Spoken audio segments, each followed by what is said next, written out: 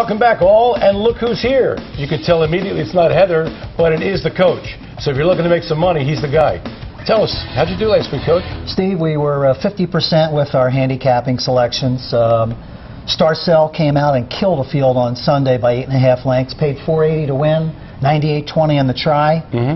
Nice money there. Yep. Our other winner, Lucky Jim, we've already talked about him a little bit. Right. Where's the value with Lucky Jim? No value in 1 to 5 or 1 to 9, but if you looked at the superfecta, he paid $570 on a $2 bet. So the way to bet that was Lucky Jim on top, put all in the second spot, and then wheel our top four horses in the second and third. So you nailed that. If they follow your picks to the window, they get the 570 or half of 570. We did. Our other two selections were out. Drop Red was third, run over by a monster at the Meadowlands. I just got inked the wire. Didn't do it, though. Okay. And Pedigree Snob, we talked about her as well. We're going to follow her again. She got beat in a speed duel. Okay. A couple quick shout-outs this week. Rob in Wilmington, Sean in Norristown, and Doug, John, and Nancy. Nancy's birthday today. Happy birthday, Nance. And we want to build on our handicapping tips. 2 items. One, we're giving horses, if they lose, they're suddenly not a bad horse just because they lose. We need to stay on them a little bit longer. They may get us some money. If the horse owes you money, he's got to pay you back, right? Let's stay on that guy a couple more races. Okay. The other tip we want to give out is, I talked last week about always wanting to bet win, but if we're going to bet the exactas and we're going to bet trifectas, I'd like to put my horse on top, swing him with all in the second spot, and then with all in the third spot, especially with these staked races. We're getting great horses that have bomber prices. We might as well cash in on them. Swingers. Yes. Gotcha. Let's go to our selections. Tough this week. Very, very tough. A lot of good horses, a lot of good races. Let's go to Balmoral Saturday night first in the finals of the Cardinal Stakes. I want to jump on number 6, Park Lane Deputy. That's going to be our Duke's pick Saturday night. Okay. Very, very good race. I like him a lot. Okay. Our second race also Saturday night, the Meadowlands. The Anthony Napolitano, New Jersey Classic of Limbs. Race 3, number 3. Dial or No Dial. He's the monster that beat up Drop Red last week, so we're going to come back on him this week. He was good, yep. Our third choice, we've already talked about it, the James Lynch Finals. I'm a believer now in Yellow Diamond. Yellow Diamond was phenomenal. I don't see any reason for him not to take this field. A great race. That's race 11, the 4-horse. In fact, we got to get out of here. That race starts at 3:50. So, and our final choice, our final selection is our Harrah's pick on Sunday. Bet a winner to keep winning. We're staying on Starz. Race 6, number 2, Starz. Expect him to do it again. Thank you, Coach. There, follow him to the windows. Make yourself some money. It's time now for our blast from the past, and this one is a real goodie. The real most happy fellow third. Derek Hanover fourth, Steady Star is fifth. 3/8 to go, leading the way, Columbia George. Right there second on the outside is Leander Lobel, and most happy fellow third down along the rail. As they go to the 3/4 mile mark, it is Columbia George with the lead, Leander Lobel second, most happy fellow third, 1:28 to the 3/4, and here comes Kentucky ranging up on the outside, now fourth. Around the final turn, Columbia George the leader. Most happy fella, clear and driving. It's Columbia George, most happy fella. Down along the inside, Derek Hanover is third and Steady Star fourth. Columbia George on the inside, most happy fella on the outside. Most happy fella coming on. It's most happy fella getting up and winning the Little Brown Jug. Was that an oldie but a goodie? Or was that an oldie but a goodie? An oldie but a goodie, just like you. Oh, that hurt.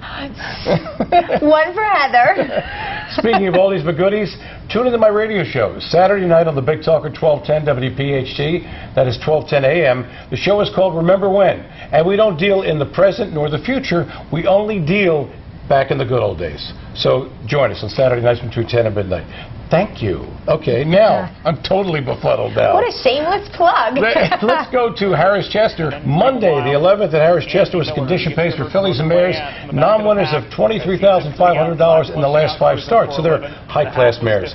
Lady Mock and Eric Adele went up to 7-5 chalk. Orphan Annie was the 9-5 second choice with Tim Tetrick. Didn't he have jet lag from Sweden? We'll talk about that. Dream a While with Darryl Beer and Cruzin ForAlivin with Corey Callahan were both 9-2. And with that call, here's James with right rig. Midway around the far turn, Lady Mock continues to lead by a neck. Cruzin ForAlivin up on the outside, and now Northern Land fans 3 wide for the drive. Just behind this trio is Orphan Annie, and Dream a While last to turn home with Lady Mock 3 parts of a length in front. Cruzin ForAlivin under Callahan urging, and Orphan Annie up the open stretch. Cruzin ForAlivin. Well, Cruzin ForAlivin and Lady Mock got their noses together at the wire, but the photo finish camera said that indeed Cruzin ForAlivin's nose did in fact get there first, winning in 154-1 over a game Lady Mock who cut the mile.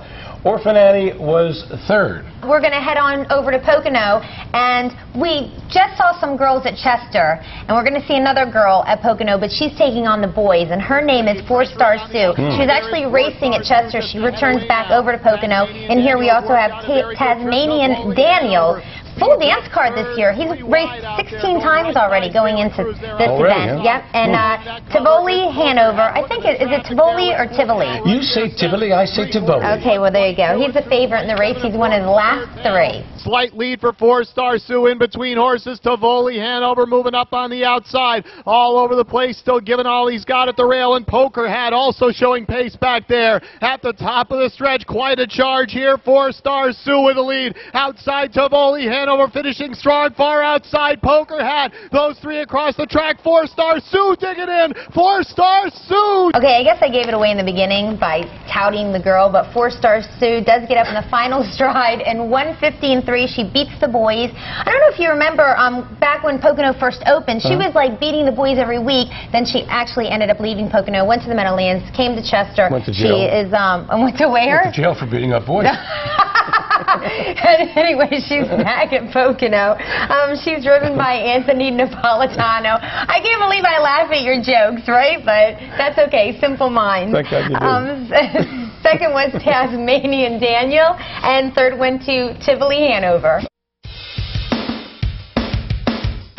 And welcome back to our show. It's time now to go out to the Midwest because Indiana wants me. Lord, I can't go back there, but we're going back there. Okay. For sure. It's a $500,000 race called the Hoosier Cup in Indiana, and it had a distinctive local flavor.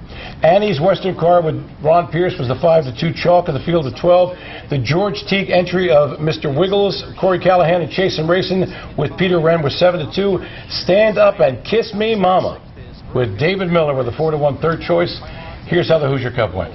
They come to the 3/4 mile marker. Mr. Wiggles leading the way. 3/4, 1:22.4. They're in the stretch with Mr. Wiggles. Sam's Escape there to the inside is second. Stand Up and Kiss Me begins to retreat now. And to the outside, Vertigo, Hanover. Here comes Jameson. They've less than 1/8 of a mile ago in the Hoosier Cup. Mr. Wiggles maintains his lead. Vertigo, Hanover to the outside. Out in the center of the track, here comes Barber Pole with a rush. From between horses, Chasin' Racing. And on the inside, Knob Hill High to the wire, Mr. Wiggles. Now, Mr. Wiggles had head number 1, but he was actually in post position 9, which is not easy when you've got 12 horses in the race. 12 count of 12, a dozen. Yeah, a dozen. He worked really hard that first part of the mile, but when he gets to the front, he keeps it, and he wins in 1:52.1. Finishing second was Chasin' Racing, who is another George Teague horse. Mr. Wiggles, trained by George Teague. Chasin' Racing, trained by George Teague. Third was Knob Hill High, and we're going to talk to Corey Callahan. He's with us and find out more about Mr. Wiggles. Okay, Corey, in the winner's circle, after you won the Hoosier Cup, did you say, "Who's your daddy"? No, but that is a good one. No, I mean, I was pretty much speechless. It was the biggest race I've ever won, and it was a lot of fun. You know, it was great to come into there and, have all those people there waiting in the winner's circle. It was a great experience. We are all done. I can't wait for this story. And until next week, for Heather Moffett, I'm Steve Ross. Have yourself a terrific week, and do take care.